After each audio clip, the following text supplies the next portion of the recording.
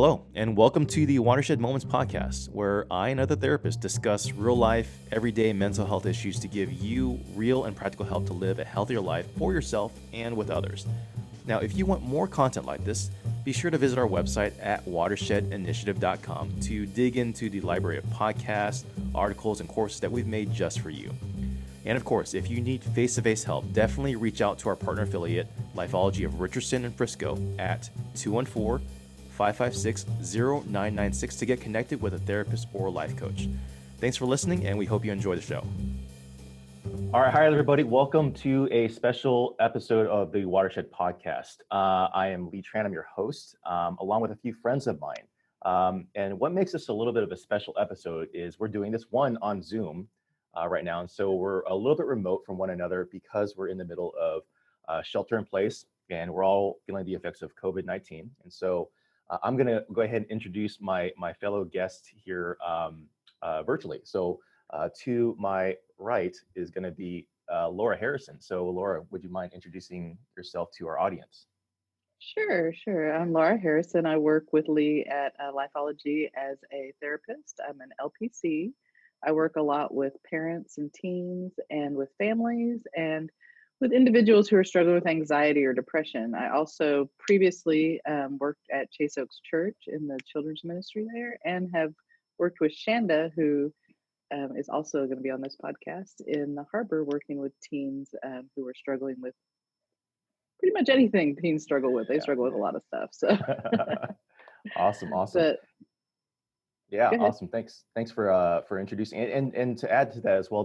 What makes this podcast a little bit unique is it's a little bit of a collaboration where our worlds converge because myself, Laura, and Adrian, who's going to introduce himself in a little bit too, are all therapists at our practice where we practice mental health services with one another. But we're also all attendees at Chase Oaks Church, and we all serve in different ways at that church. And so it's a little bit of a cross-platform. So yeah. So let me go ahead and ask Adrian, would you mind introducing yourself? Hey everyone, welcome back. My name is Adrian Jones. I'm an LPC intern. Lee is my supervisor. He's kind enough to supervise me, so that's always awesome. And I also happen to, so at Watershed and Lifeology, I primarily work with teens, males, really everyone, couples, anxiety, depression, addictions, you name it. Whenever you're an intern, you're kind of really working your way through what's going to be your niche, what's going to be your specialty. And what I found out is I love everything. So I need to, at some point, I need to whittle that down, but I do really enjoy it. So those are primarily my specialties, but also I work at Chase Oaks Church as well. I am the online service director. So that role has definitely transitioned since everything has moved to online. So that has been just a blessing and an awesome experience. I also work with Shanda at the harbor currently. So I work with our male teens. And so it's been awesome. It's been a great experience. So that really knocks it out. I think I just said I work with everyone. So I can't think of one person that I don't work with at this point. Awesome. Great. And Shanda, would you mind introducing yourself as well?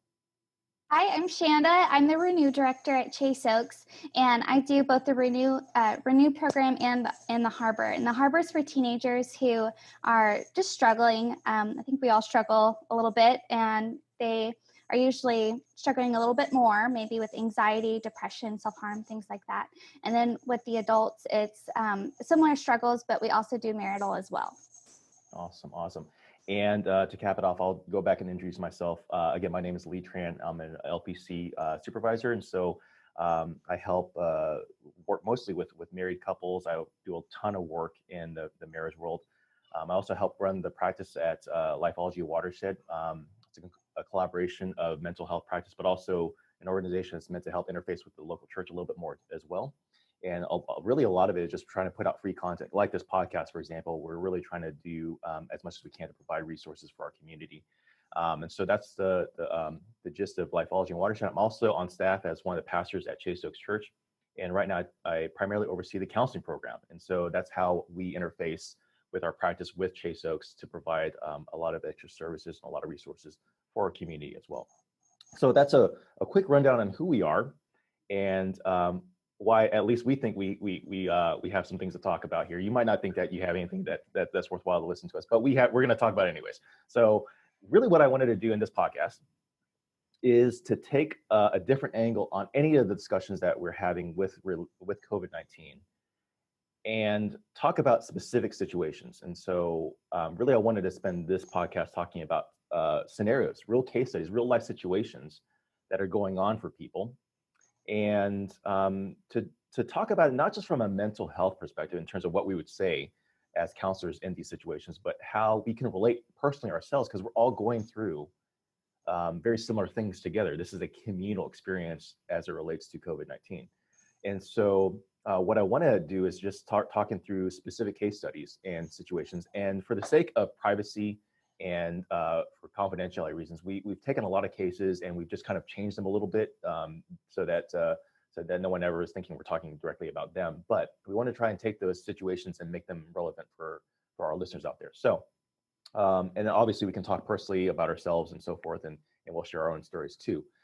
So in order to do that, what I'm going to do is hand the hosting responsibilities over to Shanda, who's going to share a number of different scenarios that she's heard that we can talk about, and hopefully they'll hit some sort of sweet spot for our listeners out there, and our listeners can relate in different ways. And also, just to kind of tee this up in the very beginning of the podcast, we're going to start trying to put these out on a semi-regular basis in hopes to get better engagement with our community. So if you're listening to this podcast and you're thinking you'd like to have maybe your specific circumstance or situation addressed, definitely I want to encourage you to leave a comment on our Facebook page, on the post that we send this podcast out, and be able to ask questions. That way we can maybe address those things in future podcasts as well. So I definitely want to tee that up for you guys that are listening. So Shannon, I'm going to go ahead and hand it over to you.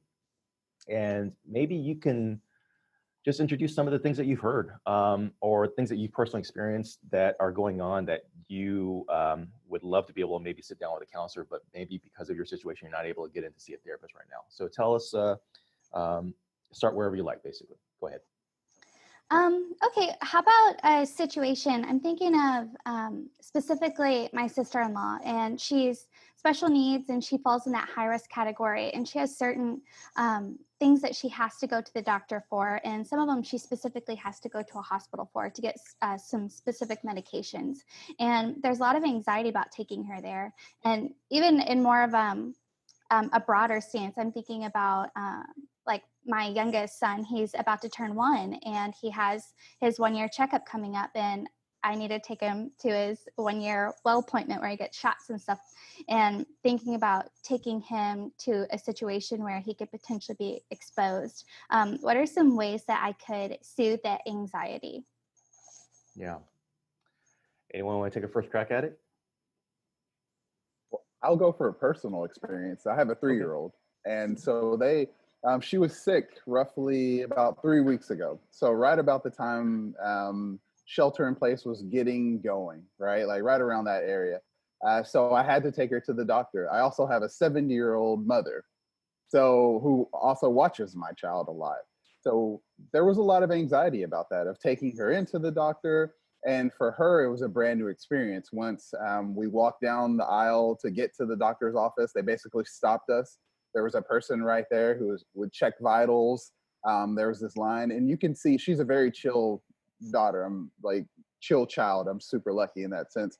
But so she didn't start to freak out or panic, but there was a little bit. I think part of the way that I soothed the anxiety was I modeled for her in that moment of, okay, well, this is normal, right? Like this is our new normal. And the reason why they're checking us right now is because they just want to make sure that we're healthy enough to see the doctor at this point. And there was a moment for even talking to a 3-year-old in that moment. She didn't understand exactly what was going on, but she did see that in me that I wasn't panicking and freaking out. Now, there were some parents around us that, they were a little bit anxious and there was a lot going on there.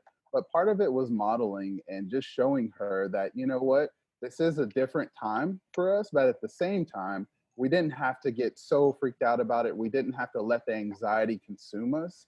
And throughout the situation, her level of anxiety went down. We ended up watching PJ Masks, and everything was good. So, and she turned out healthy, and everything's good, and we've been good thus far. So, modeling is going to be a really big moment. I work with a lot of teens as well. Laura and Shanda, y'all know, y'all work with a lot of teens as well.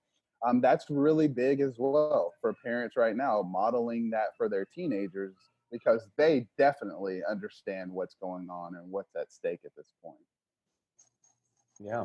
Yeah, no. Yeah. I think I like the angle, just looking at it from as parents, what's going on for our kids. And that's something that's so easy to forget, right? That we can be so consumed with our own anxiety, we forget how our kids are actually handling it and how they pick up on our anxiety too, right? Thanks for bringing that into the fold, Adrian. Laura, you got any thoughts? Yeah, I mean, I was thinking that a lot of times when you're in those type of situations, to be as proactive as possible and like predict what might happen and have a conversation before you go, hey, this might look a little different. We're going to have to do things a little differently. But I think um, there's two things of anxiety going on here. There's predicting the anxiety for the child involved, and there's also predicting the anxiety for the parent who's having to go into that situation. And sometimes it's okay just to say, hey, this is going to be kind of stressful for both of us, and have that conversation. Even if your child is kind of young, say things are going to look a little different. And this might be a little bit kind of stressful. And mom might be a little more cautious. Mom might have more rules, or mom might ask you to do things that I normally wouldn't ask you to do. And it's not because you're doing anything wrong, but it's just because I want you to be safe, and we need to be a little extra safe right now because something's going on. And a lot of times there's nothing you can do to bring that anxiety level down because there's a real threat. And so we have to kind of acknowledge that, hey, there is a real threat out there. But that doesn't mean that we have to like be to the point where we can't take care of what we have to take care of. We still have to take care of what we have to take care of. So setting that tone and normalizing a bit and saying, even though this is going to look different, it can still be okay, and we can still get through it all right. Yeah. I feel like part of the conversation in this is as well. I like the idea of like trying to plan as well as you can, but then knowing that there's a certain reality we have to get used to, and become acclimated to that. I think what it reminds me of as you're talking about that, Laura, is how before COVID-19, as parents, we can navigate that space between I have to provide for my kids and I also have to protect them as well. And those two things can usually happen together fairly easily, at least before COVID-19, right? But now, because of the situation, those two feel like they're a little bit more mutually exclusive right now. Like, to provide for my kids means I might not be able to prevent certain things from happening. And because of that strain, we're now in a smaller window in which we can operate, and that's going to be stressful. I mean, I think a lot of parents are worried about that element of like, I have to go out to work to provide. That means I need to leave the house, and that means in doing so, I might be putting my family at risk. That's a thing, right? And so I think, to your point, Laura, at least the way I see it, it's really important to be able to have a plan in place to be able to say, okay, what do we do in these situations? What is the strategy? What are the things that we're going to do? But at the end of the day, knowing that we're operating within a much smaller window, and that is the reality, as you're referring to, Laura, and being very gracious with ourselves, being very compassionate with ourselves, that we are not going to be able to necessarily do it the way that we want to, or the way that we're used to, or with being able to balance those two things really well. It's just probably not going to happen as well as we want. And I think, to your the way you described it, Laura, the more we can adjust to that reality now, I think the easier it is on our anxiety, because we can accept that, hey, that's part of the deal now. I can't necessarily carry both those things together at the same time. I have to be able to give a little bit on one or the other. And I think we'll see that theme come up a lot of times as we talk through different cases. But that's kind of the way I would think about it too, and the way I felt it as well before. Because literally, like, I'm in my office right now, and every day I go into the office because we're doing mental health counseling. I come back home and I'm thinking, I have to go and work because that's how we provide for our family. But I also know that I'm coming back home. It is that tension between, like, I'm providing, but I also know I don't know if I can prevent, or how do I protect my kids and my family from some of these realities too. So it's a thing. Let's just call it that. Everyone's kind of going through that as well, right? So anyone else have any thoughts on that one, or want to take a different angle or add something to that particular case? Well, I love the way you put it, Lee, because I think fundamentally, and Laura as well, I think fundamentally it dives into my role as a parent. Like if we go all the way down to the core of it, it's as a parent, and all four of us are parents on this podcast, it's how do I protect my children? Um, that's the fundamental aspect of it, and recognizing, I think a lot of people, it's been the realization of I don't control as much of my child's safety as I thought I did, and I don't have as much control over that as I thought that I did. And Yeah. so for a lot of people, that's anxiety influencing in itself, right? Of that realization of, well, hey, I don't control this. I have to go out and work to provide a living for my child.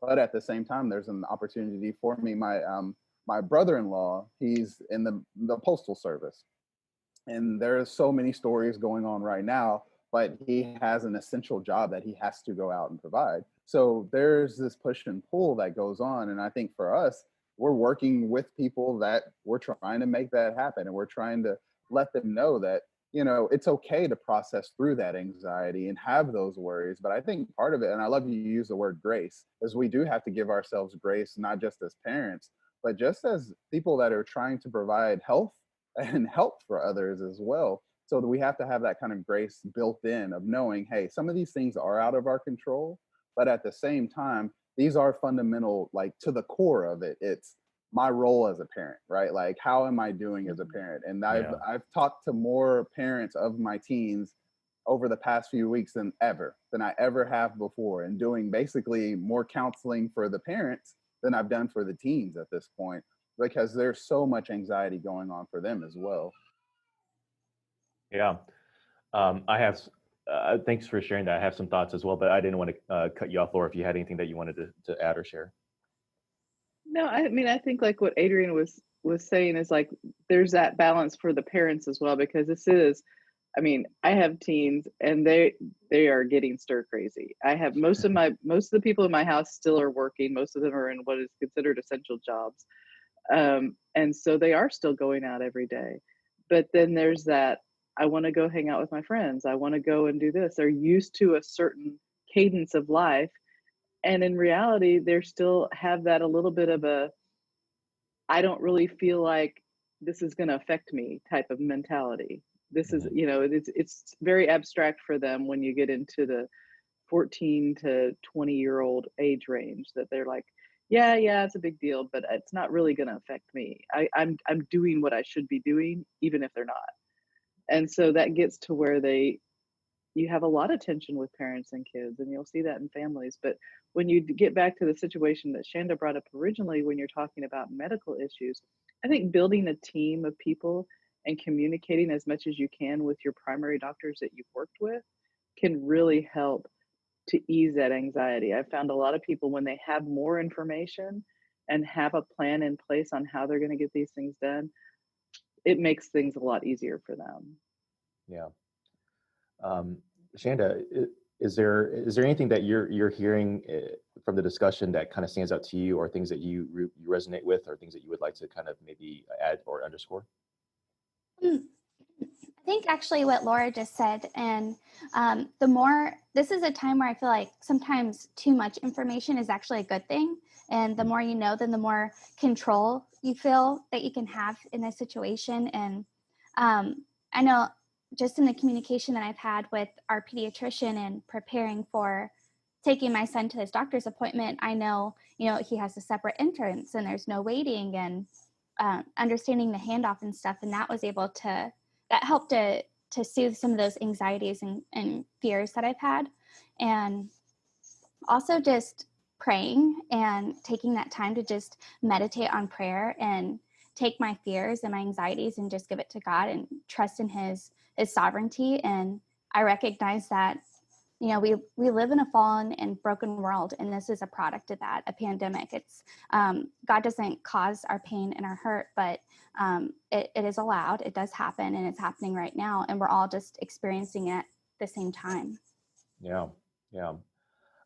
I was reminded. I'm glad we're kind of going in this direction with the conversation, because while we have to be responsible and preparing well and planning well and doing the things that we need to as parents, there's also this. I'm reminded of this. I have a friend of mine, a couple who has a daughter who's special needs as well. But it's not just special needs. She has a condition. The daughter has a condition that the parents are thinking at some point in time their child is going to die. She's going to pass. And it's always been kind of a battle back and forth, and that's been going on for years. And I remember talking with them about what it's like to live on the edge of always being afraid of losing their child. And that's a very hard place to be, but they have to do that as parents. They're trying to find that space between, okay, I need to be able to do everything I can to plan well for my child so that we can be responsible and do what we can. But at some point in time, they also know in the back of their minds that there's only so much that we can do. At some point in time, the reality is that we know we're going to lose our child. And now that's a very difficult place to be. Okay. And as you guys know, I've gone through child loss as well. And the pain that goes along with the idea of a parent losing their child, that's enormous. That's really hard. But I think this is the area that I think a lot of parents are finding they have to build a certain level of strength and resiliency in. I think to your point, Adrian, like we can plan as parents, but at some point in time, we don't have nearly as much control as we think that we do. And I think that connects with what you're saying, Shanda, is that that becomes maybe a very deep conversation with God about how that can be okay. Like, how can we be okay with the fact that as parents, we want to be able to do well, to love our children, to raise them well. But at the end of the day, there are things that can happen in this world that are bad, that are ugly, that are not okay. But that we can be okay with that if we believe in a good and sovereign God. And that's a hard thing. And so I think we have to add that into the fold here in terms of talking about how we as parents deal with that anxiety.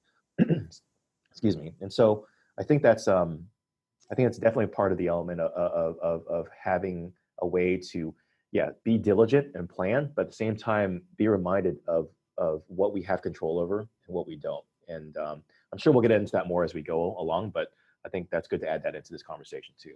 So, okay. Well, then let's wrap up this case study and we'll go ahead and move on to the next one. But yeah, so thanks everyone for your contributions on this one. And definitely, if you're listening to this podcast and you want to add your questions in there, definitely leave a comment and let us know, and then we'll see what we can do to try to integrate some of these conversations, your questions, into these conversations. Thanks for listening, guys. Thanks for listening. Now, if you benefited from this podcast, be sure to subscribe, like, share with your friends, and make sure to leave us a review on iTunes. It really does help us to keep making podcasts and more content like this possible for you. If you have any questions, want to get more content, or just want to stay connected with us, go to our website at watershedinitiative.com and follow us on social media. Lastly, if you want to get connected with a life coach or therapist, call us at our collaborative group practice, Lifeology in Richardson and Frisco, Texas at 214-556-0996.